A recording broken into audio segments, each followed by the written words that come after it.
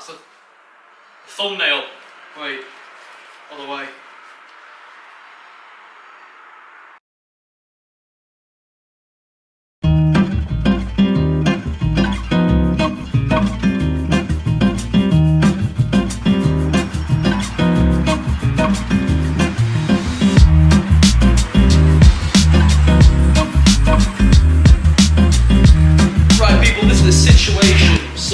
This door casing is, I mean, it's dreadful. It's a weird number. It goes 26 inches at the top, and then it goes, it's like an hourglass, it does that. And then it comes into about 25, and it goes back out to about 25 and 3/4, so it's really messed up. You can't get a door that's 26 inches. You can't get one, unless you can get one, but I don't think you can. I bought a 27-inch door, and I've had to cut it, so you can see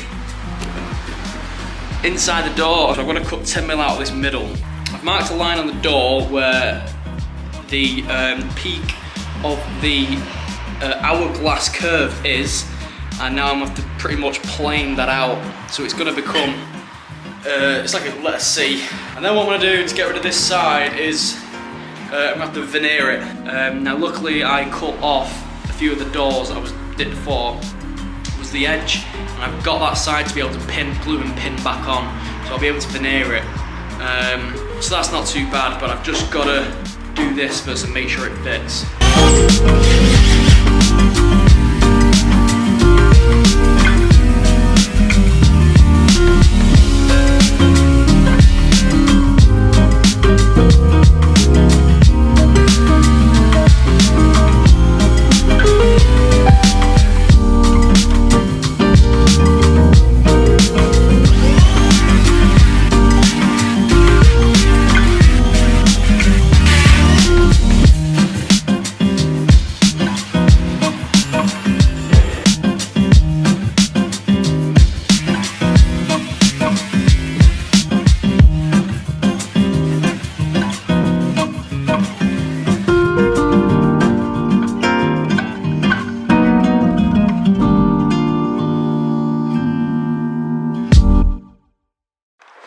Okay, so to be able to do this now, I'm going to have to put that piece on. I'm hoping, fingers crossed, that I've cut just enough off to allow for these two strips. Because if I haven't, I'm playing in an extremely, extremely thin amount, which is not ideal. I brought some Paslow pins, so I just need to cut them now actually. I hope it's not gone off. And spread it as equally as possible as I can. Well, I think it has gone off, you know.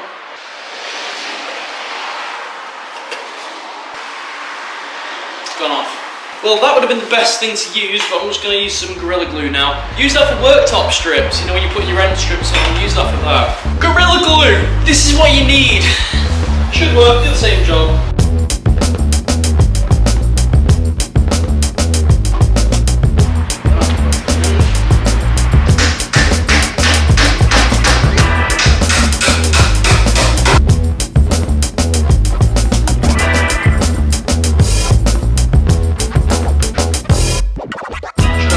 I'll do the other side, and then it's a case of probably leaving it overnight until tomorrow, and then I can come and do the handles. Yeah, so we'll do that. Pop on that.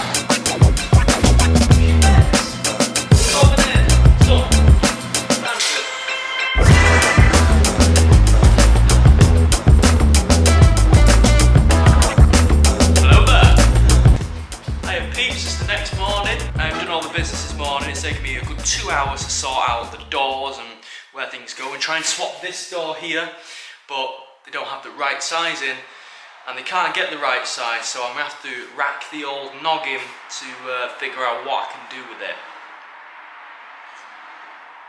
And I bought some milk so I can drink tea. A cup of cha.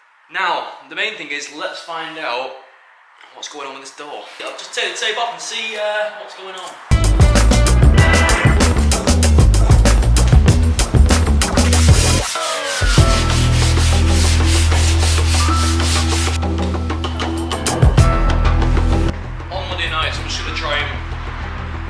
Pamper it up a little bit so it looks like a proper door and it's not been cleared.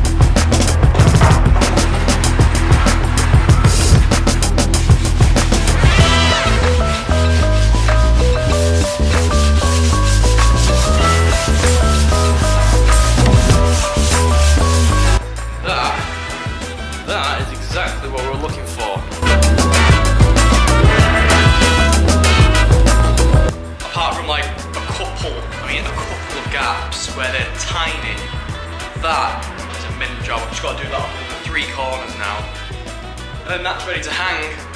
Apart from the actual sides, where you can see the pins, apart from those, which I'll end up punching in anyway, and be able to fill with the oak fill, you won't notice, but you can see how obscure that door is when you're looking down it. You can just see how much I've had to plane out. I mean, it kicks, goes in, comes out, down, down, down, down, down, down, down, and then it goes really far in here, and then it kicks out again. It's not exactly uniform, let's put it that way.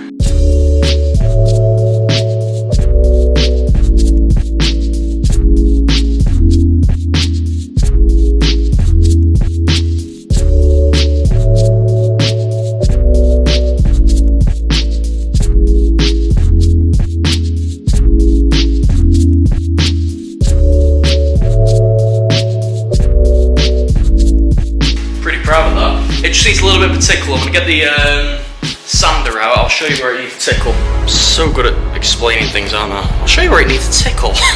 Let me see here. Let me just see if you can see it. Let me zoom you in.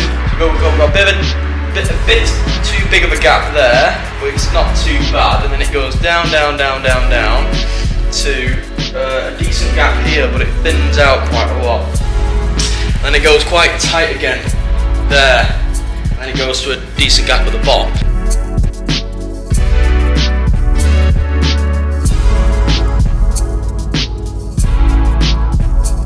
Alright, so I think that's as good as we're going to get without impeding the actual veneer itself. I think if I go a little bit too much now on the side of the door, I think it will